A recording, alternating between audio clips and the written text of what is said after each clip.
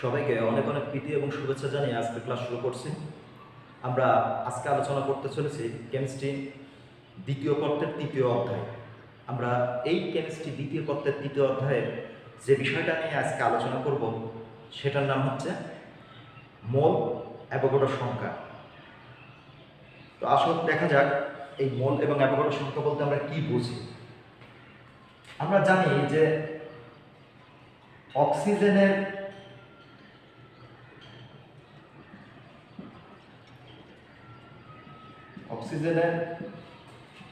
পারমাণবিক ভর সমান হচ্ছে 16 এবং অক্সিজেনের আণবিক ভর সেটার নাম হচ্ছে 32। এখন এই অক্সিজেন পরমাণুর পারমাণবিক ভরটাকে আমি কিসে প্রকাশ করব সেটার নাম হচ্ছে গ্রামে প্রকাশ করব। 16টাকে গ্রামে প্রকাশ করব। অনুরূপভাবে আণবিক ভরটাকেও আমি কিসে প্রকাশ করলাম সেটা হচ্ছে গ্রামে প্রকাশ করলাম। তখন কিন্তু আমি এই 16 গ্রামের জন্য অক্সিজেনের ক্ষেত্রে বলতে পারবো সেটা হচ্ছে 1 মোল এবং এটার জন্য বলতে পারবো 1 মোল। এখন কথা হচ্ছে যে তাহলে যদি বলা হয় যে অক্সিজেনের 1 মোল সমান কত, কেউ বলবে 16 গ্রাম, কেউ বলবে 32 গ্রাম। তাহলে এটা হতে পারে না, কারণ মোল একটা নির্দিষ্ট পরিমাণ। ফলে আমি যদি 1 মোল বলি তাহলে কেউ কোনো স্টুডেন্ট বা কেউ উত্তর দেবে 16 গ্রাম 32 গ্রাম। এই বিষয়টার জন্য আমাদের কিন্তু লক্ষ্য রাখতে হবে এখানে কিন্তু পরমাণু আছে, এটা কিন্তু আণবিক অর্থাৎ অণুর জন্য, ঠিক আছে। তার মানে আমি এই ক্ষেত্রে এই বিষয়টাকে মোলের সাথে কিন্তু আমাকে হিসাব করতে হবে এই 1 মোলটা কার জন্য, সেটা হচ্ছে যে এই 1 মোলটা পরমাণুর জন্য। সুতরাং এটা হবে যে 1 মোল পরমাণু আর এটা হবে 1 মোল অণু। অর্থাৎ অক্সিজেনের 16 গ্রামের জন্য 1 মোল পরমাণু অক্সিজেন এবং 32 গ্রামের জন্য 1 মোল অণু অক্সিজেন। ফলে আমি মানে মোলটা কিসের জন্য হিসাব করছি সেটা কিন্তু বুঝতে হবে, সেটা কি পরমাণুর জন্য নাকি অণুর জন্য। অর্থাৎ তাহলে যদি মোলের সংজ্ঞা দিতে হয় তাহলে আমি কি বলবো, সেটা হচ্ছে যে পরমাণু বা অণুর ভরকে গ্রামে প্রকাশ করলে যে পরিমাণটা পাওয়া যায় তাকে ওই পদার্থের মোল বা 1 মোল বলা হয়। এখন কথা হচ্ছে যে তাহলে কি আমরা শুধুমাত্র কোনো একটা জিনিসের কি 1 মোল হিসাব করতে পারবো, এর কম বেশি করতে পারবো না? অবশ্যই করতে পারবো। আমরা জানি যে 2 মোল হিসাব করা সম্ভব, 1/2 মোল হিসাব করা সম্ভব। যেমন দেখা যাক সেটা হচ্ছে যে সোডিয়াম হাইড্রোক্সাইড আমি মনে করলাম, তাহলে আমরা জানি যে এখানে সোডিয়াম হচ্ছে পারমাণবিক ভর 23, অক্সিজেন 16 আর হাইড্রোজেন 1, তাহলে এই টোটালটা যোগ করলে হতে হতো 40। ফলে সোডিয়ামের জন্য আমি 40, সেটা হচ্ছে যেহেতু এটা একটা অণু তার মানে এটা একটা আণবিক ভর। তাহলে এই আণবিক ভরটাকে আমি কিসে প্রকাশ করলাম, গ্রামে প্রকাশ করলাম। গ্রামে প্রকাশ করলে পরে সেটা কিসেতে হয়ে গেল, সেটা হচ্ছে 1 মোল হয়ে গেল। এখন আমার কাছে একটা মনে করলাম আমার কাছে একটা বিকার আছে, আমি এই বিকারের মধ্যে এই 40 গ্রাম সোডিয়াম হাইড্রোক্সাইডকে নিয়েছি। সেক্ষেত্রে আমি বলতে পারি যে এখানে আছে সোডিয়াম হাইড্রোক্সাইড কত, সেটা হচ্ছে 1 মোল। এখন আমি যদি এই বিকারের মধ্যে যদি 40 গ্রাম না নিয়ে যদি 40 গ্রামের অর্ধেক 40 গ্রাম না দিয়ে যদি 40 গ্রামের অর্ধেক নিই তাহলে তখন কি দাঁড়ায়, তখন কিন্তু 20। তাহলে এই 20 গ্রামের জন্য আমি তাকে কি বলবো, যদি 20 গ্রাম নেই ওখানে তখন সেটাকে কি বলতে পারবো, সেটা হলে কত মোল হবে সেটা একটা আমরা হিসাব করতে পারি। সেটা হচ্ছে যে আমরা বলতে পারি যে 40 গ্রামের জন্য বলছে হচ্ছে 1 মোল, তাহলে 1 গ্রামের জন্য বলতে পারি 1/40 মোল। তাহলে 20 গ্রামের জন্য বলতে পারি 20/40। আর এখান থেকে ক্যালকুলেশন করলে যেটা হবে হচ্ছে 0.5 মোল। তাহলে কি দাঁড়ালো যে আমি 20 যেটা নিয়েছিলাম সেইটাকে যদি 20টাকে যদি তার আণবিক ভর দ্বারা ভাগ করি 40 দ্বারা, তাহলে তার মোল পাওয়া যায়।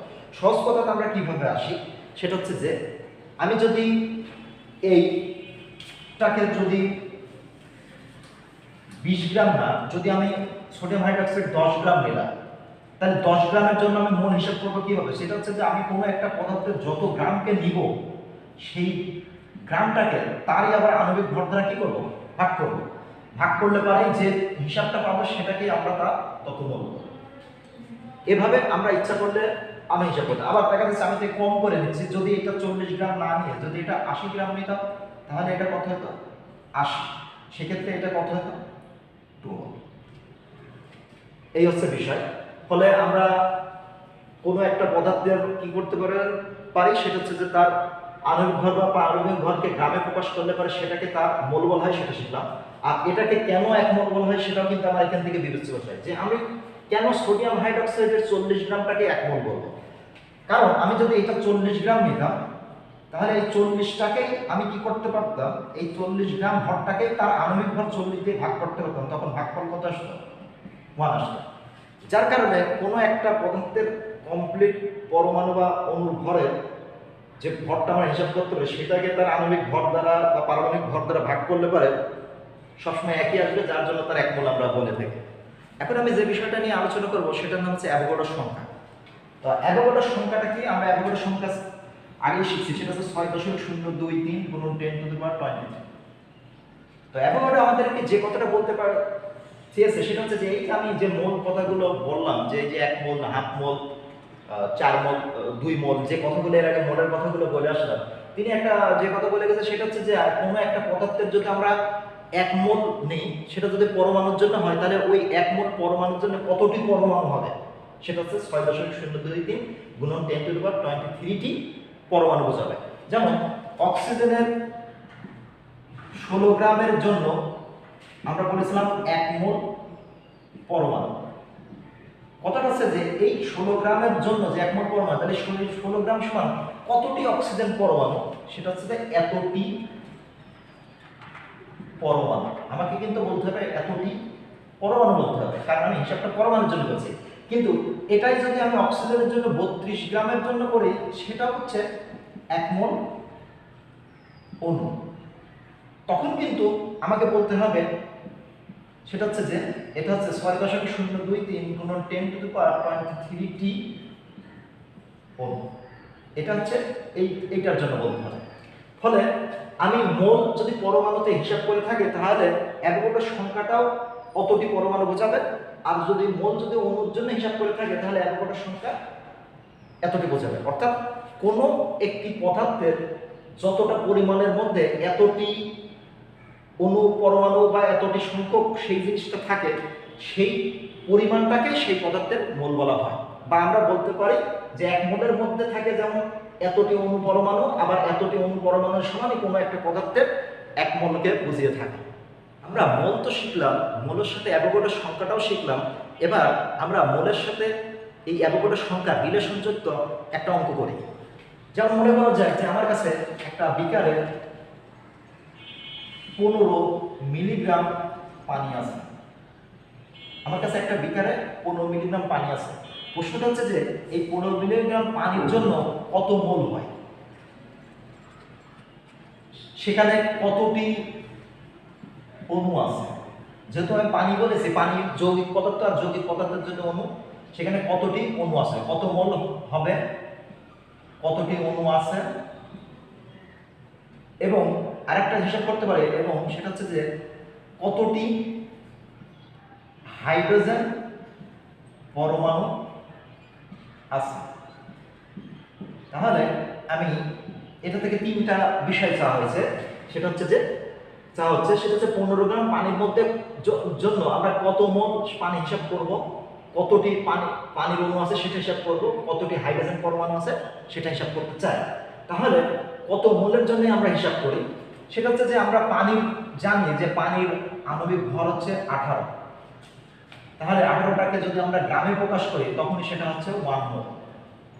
তাহলে আমি কি বলতে পারি যে 18 গ্রাম H2O = 1 মোল। এখন আমাকে বলে দেওয়া হয়েছে হচ্ছে 15 মিলিগ্রামের জন্য। তাহলে 15 মিলিগ্রাম সমান আবার কত, আমি গ্রামে প্রকাশ করি, যেহেতু এটা 18 গ্রাম, সরি এখানে লিখছিলাম না। তাহলে 15 মিলিগ্রাম সমান আছে 15 গুণন 10⁻³ গ্রাম। ফলে আমাকে 15 মিলিগ্রামের জন্য কত মোল হবে সেটা হিসাব করতে বলা হয়েছে। তাহলে এই মিলিগ্রামটাকে আমি গ্রামে নিলাম এই কারণেই, কারণ আমি গ্রামের সাথে মোলের সম্পর্ক জানি। ফলে 18 গ্রাম পানি মানে 1 মোল। সুতরাং 1 গ্রাম H2O মানে সেটা হবে 1/18 মোল। এখন তাহলে 15 গুণন 10⁻³ গ্রাম পানি সমান কত মোল হবে? সেটা হচ্ছে 15 গুণন 10⁻³ এই 1 আছে, এটা ইচ্ছা করলে আমি লিখতেও পারি, নাও পারি, বাই 18 এত মোল। এটা এর ভিতরে একটু চলে গেল। আচ্ছা, এই 8.333 গুণন 10⁻⁴ মোল পানি। তাহলে কত মোল পানি হবে? 15 মিলিগ্রাম আমি এখানে লিখে নি, যত তারপরে বলেছিলাম সেটা কত মোল মিলিগ্রামের জন্য 15 মিলিগ্রাম, সেক্ষেত্রে এখানে দেখা যেতে পারে যে কত মোল পানি হবে আর কি, সেটা আমি হিসাব করলাম। সেটা হচ্ছে 8.33 গুণ 10⁻⁴ মোল পানি হবে। আমার প্রথমটার সলিউশন হয়ে গেছে, আমি এটাকে মুছে দিলাম। এবার হচ্ছে আমাকে যে হিসাবটা করতে হবে সেটা হচ্ছে যে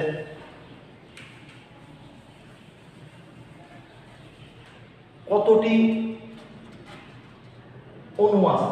তাহলে আমি বলতে পারি যে আমার 18 গ্রাম পানি সমান 1 মোল, আর আমরা জানি 1 মোলেই থাকে অ্যাভোগাড্রোর সংখ্যা, তার মানে 6.023 গুণন 10⁻⁻23টি পানির অণু। অর্থাৎ আমি মোল কথাটা বাদ দিয়ে লিখতে পারি যে 18 গ্রাম পানি সমান 6.023 গুণন 10⁻⁻23টি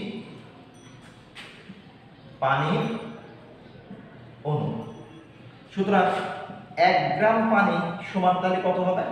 6.023 গুণন 10⁻⁻23টি পানির অণু বাই কত? 18। এবার আমি তো জানি যে আমার কত গ্রাম আছে, সেটা হচ্ছে যে ছিল 15 গুণন 10⁻³ গ্রাম পানি সমান 6.023 গুণন 10⁻⁻23 গুণন 15 গুণন 10⁻³ বাই 18। এখান থেকে ক্যালকুলেশন করলে হচ্ছে সেটা হচ্ছে 5.019 গুণন 10⁻20। তাহলে আমার দ্বিতীয়টাও শেষ। এখন বলা হচ্ছে যে কতটি হাইড্রোজেন পরমাণু আছে।